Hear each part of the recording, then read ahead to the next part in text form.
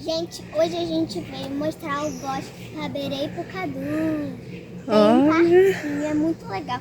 Tem uma tirolesa aqui, que tem muito mosquito. Tem mosquito também. E minha mãe veio de chinelo, eu veio de bota. Tá de bota, tá protegida, cheio de repelente.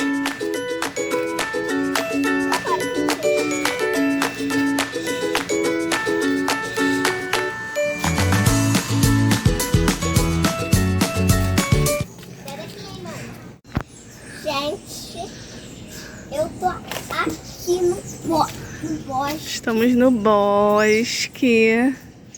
E a Berê e o Cadu estão curtindo, né, filha? Curtindo, viemos brincar no bosque hoje. Isso, tá cheio de coisa. Tá cheio de mosquitinho, né? É, Tá todo mundo com repelente aí? todo mundo quer pelar em narizes pequenos. Olha o Cadu e a Berê no bosque. Desceu o Cadu e a Sofia. E a Berê foi pro balanço com a Sofia.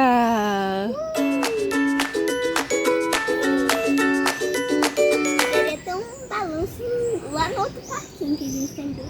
É, o parquinho lá de baixo não tem balanço. Só o do nosso bosque.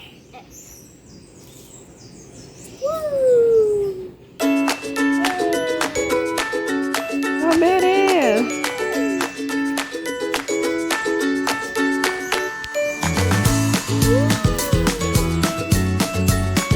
E o Cadu, não quer um pouquinho não, Cadu, no balanço?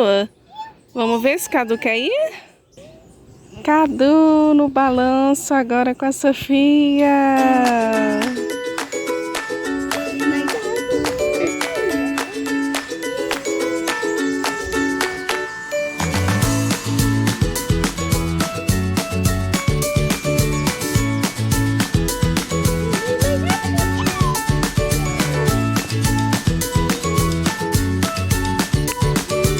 Os dois no balanço juntinhos, os três, né? Os passarinhos estão cantando muito. Tá cheio de passarinho cantando aqui pelo bosque.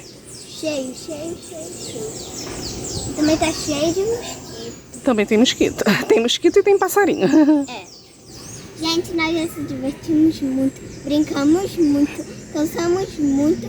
E agora a gente vai tomar um banho, tirar essa roupa pra depois a gente descansar e almoçar.